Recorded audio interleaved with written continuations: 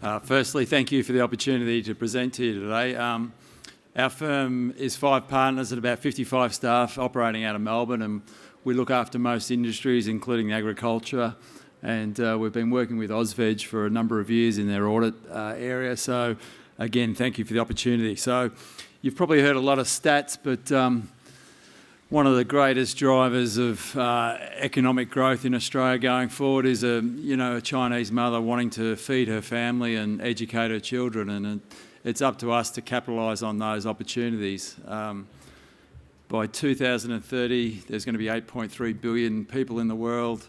There's going to be a 50% increase in food requirements to feed obviously that population, and 85% of the growth of population is coming out of the Asian region, of which we're a major part of. So it does provide a great opportunity for a lot of industries, and obviously the one we're here for the weekend is obviously a big part of that. Today I'm just going to talk briefly about in 25 years of commercial professional practice, just those common pitfalls that we see with a lot of businesses in Australia, and we look after basically family-owned business, small right through to multinationals. So we see it all, and today's session I just want to share a few of the common themes in the errors that are made. So the first is, I suppose, at the outset of incorporating or setting up a business structure, is actually identifying what the corporate vision of your organisation is. We can all have a product or service, but it doesn't stop there. The planning process and vision of putting time and effort into a startup or a family business is to actually create the culture, the environment, and the intent of the business from day one. And we always say it's very important to get the planning process and that structure organised right from the outset. And I suppose the words that jump off the page there are intent and objectives. You know, what does the business plan look like? You know, what are we selling? What are our margins? What does our formation balance sheet and cash flows look like? And we always, slow down the entrepreneur right at the outset and make sure that the vision, the objectives and the business plan are set in stone before we take off on the adventure, if you like. You've probably all heard about the 4 Ps. It's probably the 5 Ps. Obviously, we need a product. What does it look like? What's our functionality? What's our branding? Importantly, from a finance perspective, what do our margins look like? What's it going to cost for us to get that to the market?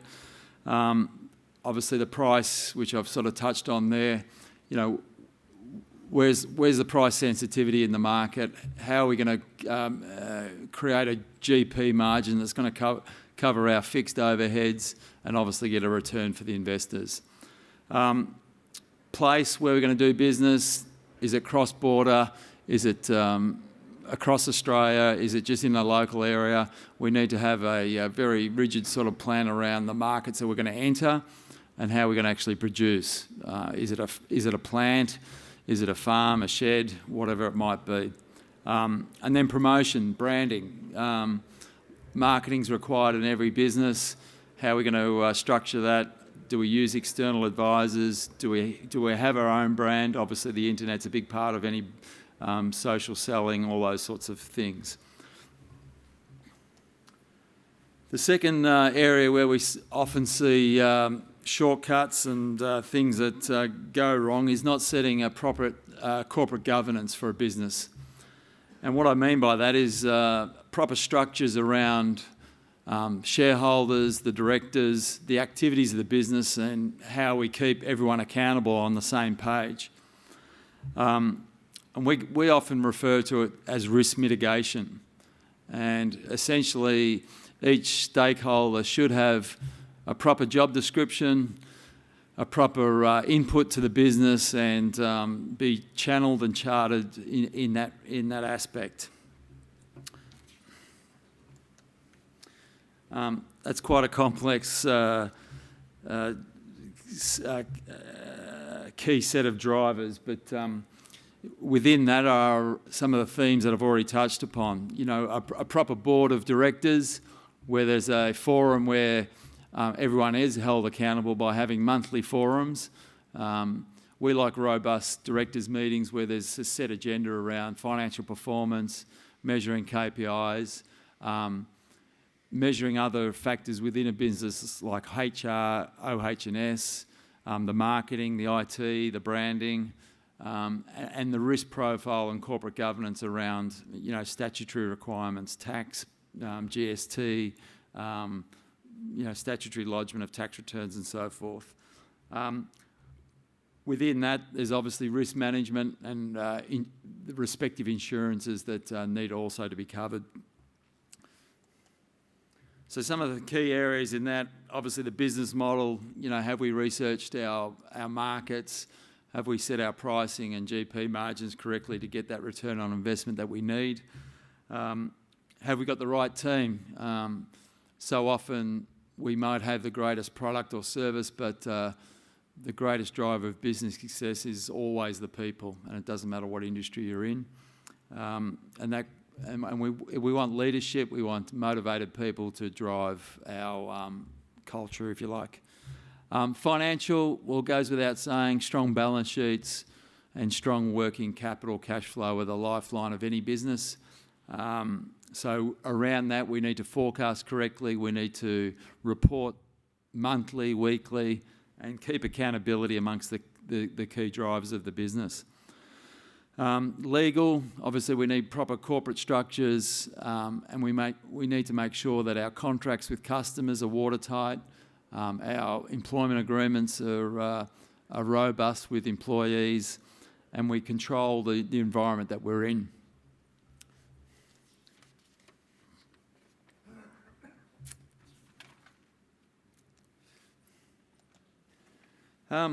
Another area which is often neglected is setting those objectives and goals, which I've sort of touched on a little bit. Business is about monitoring. What you can't measure, you can't manage. So again, just having that environment around where your external advisors or your strong internal financial team is producing the results and benchmarking those results on a regular basis. We like to set KPIs for all our clients in various industries. There's a lot of data to compare yourselves against your competitors. There's reports like IBIS reports which we use for particular industries, and they provide a good indication of your own performance settings. We always tell our clients to build wealth in the balance sheet. There is a tendency to want to grab hold of profits and take them as dividends.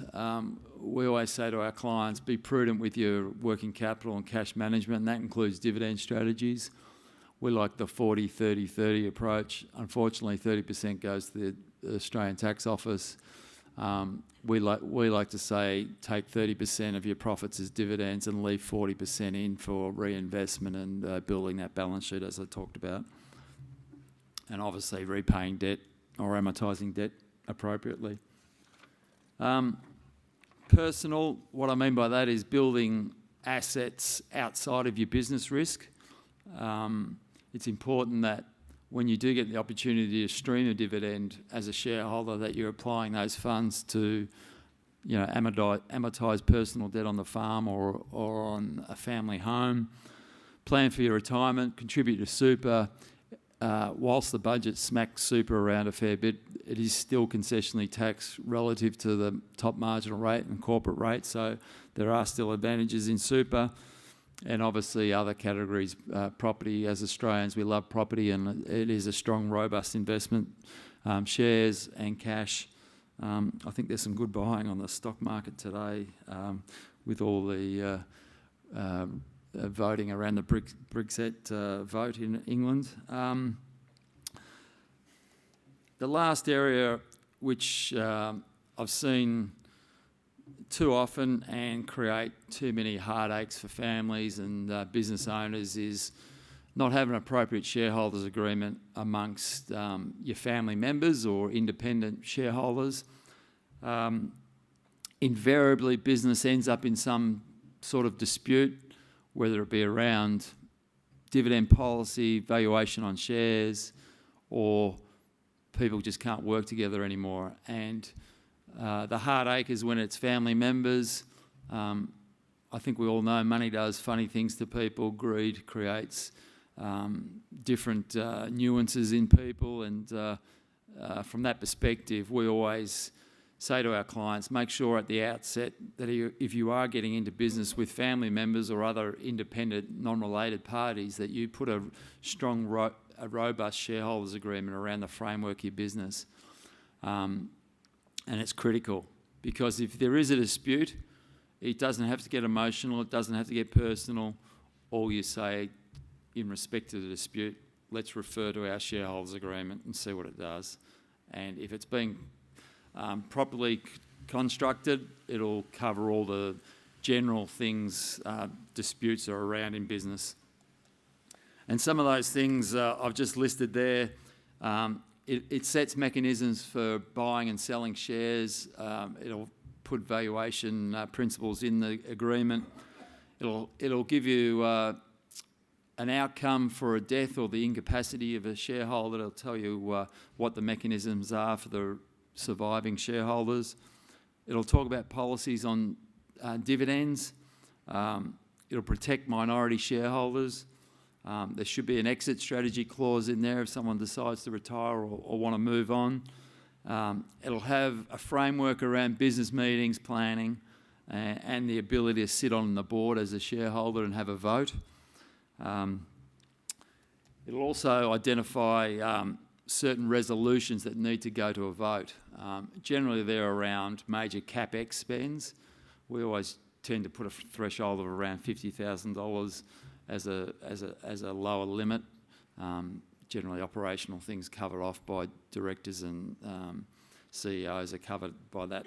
But anything over that generally has to go to a vote in our experience. And obviously, the rules around disputes are handled within that agreement. Generally, if it can't be resolved, an independent arbitrator like a lawyer or an accountant's brought in to try to mediate, if you like, before it goes to courts. Courts are an expensive exercise, emotional, and the only people who win in those circumstances are generally the barristers. So I can't express enough the importance of getting the framework right to protect your business first and foremost, but also to protect the key relationships in your family or with non-related party shareholders. Okay, so just in the next part of my presentation, I just want to spend a couple of minutes on business expansion or sale, or just having your business investment ready. I like to express to my clients is to operate your business as if you're going to sell it tomorrow. And what I suppose the cut through there is to ensure that your business is operating at total maximum capacity in all areas, so that if there was a knock on the door or you did wake up one morning and think, well, it's time, you're ready and you can maximise the value for your family. So in this case, generally mature business operations look to expand. Strategically, they can add new product lines or service lines, maybe take out a competitor, and it's all about economies of scale. We like our clients to think a bigger picture, and we help them strategise, look at their competitors and see where there's a good mutual fit. We've been instrumental in aligning many clients in different industries together so that their new markets open, their clientele increases, and ultimately the bottom line and market value of that business grows. In terms of acquiring another business, obviously strategic due diligence, strategies around that acquisition is important. How are we going to fund it? Is it equity? Is it debt? We like a combination of both. Are we going to retain the customers of that business? Are we going to keep the key employees? And can we blend technologies and market distribution ideas and have a strict focus around the new business as it moves forward? These are all things that obviously need to be organised and structured. So my comment earlier about is your business ready for sale, that just requires day-to-day, month-to-month, year-to-year disciplines of making sure, as I said, if you make the decision that you are going to maximise the value for your business. There's nothing worse going to the market when you're not ready, because an acquirer will pick the bones out of your balance sheet, they'll pick the bones out of your procedures, controls, your people, and you won't maximise the value that you get for your business. And you'll have to negotiate a lower price, which is not obviously the outcome that your family needs.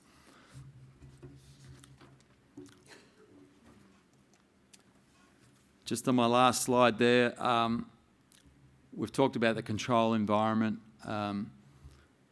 If you rely on people all the time, people do make shortcuts, they will let you down.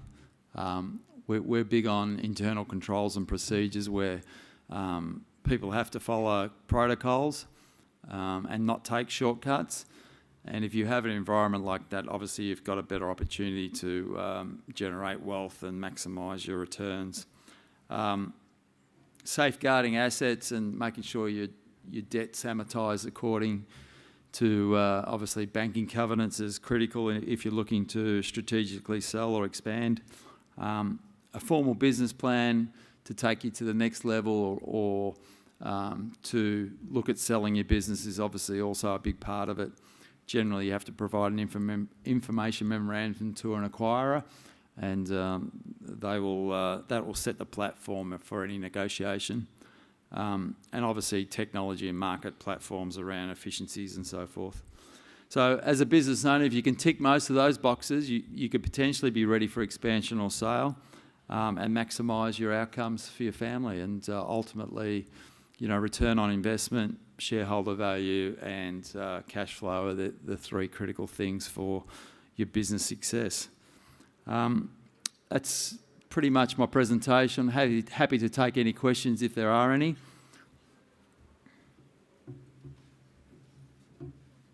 Have any questions? One opportunity you'll get for tax and accounting advice. Yes. I will be around, so I'm happy to obviously consult and take some questions.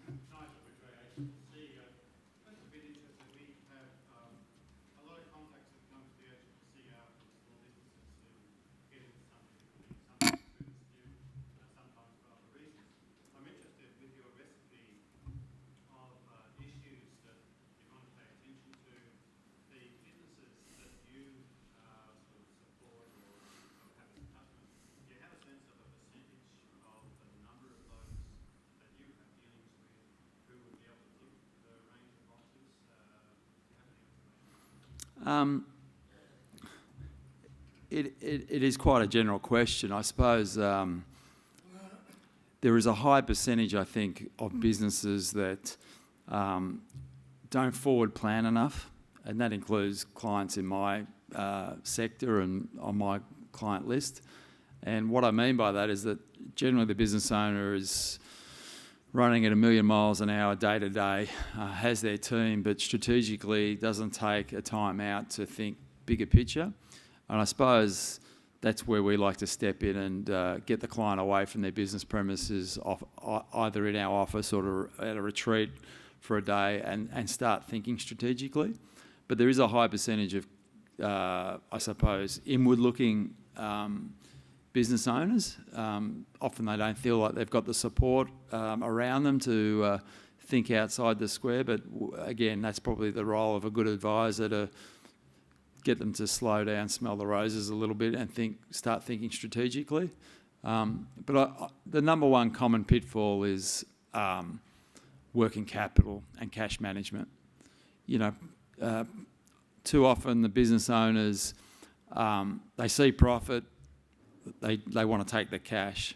Now, we know profit disappears into stock, it disappears into plant and equipment, and it can often be sitting in the balance sheet as debtors. Now, I've got a great saying, profit's sanity and cash is king. So it's important that balance is struck, because profit just looks good on a bottom line, but unless it's in the bank and in real convertible assets, it can be a real drag on a business. And most small businesses, small and large, will fail because they haven't got prudent working capital requirements and haven't managed that appropriately.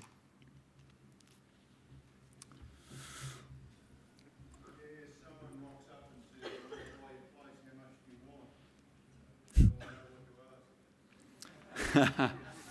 want?" Always start with a higher number. There's many different business valuation methodologies across different industries. One of the most common one is obviously the going concern model, and you want to be selling your business as a going concern, and generally the valuation there is based on a future maintainable earnings. So if your organisation is maintaining a profit year on year, call it $1 million, many industries will generally be in the 3 to 5 ratio mark, and what I mean by that is they'll pay 3 to 5 times maintainable earnings. So in that case, it'd be 3 to 5 million. I know that's quite a broad range, but that's where you'd start negotiating, I suppose. Because an investor will say, you know, if I'm outlaying that sort of money, when do I want to recapitalise or get a return on that investment that I've made? And generally, it's sort of the 3 to 5 year mark where they want to get their equity back or their capital that they've invested back. The other method is just the pure net asset base method, where you line up your balance sheet. Most of your balance sheet items will be at historical cost, because that's what accounting standards say you should bring your values in at for company and trust purposes. But you run your balance sheet at cost, and then you put a column in and you start valuing your assets at market value. Your stock, your debtors, your plant and equipment, any property that might go with the business.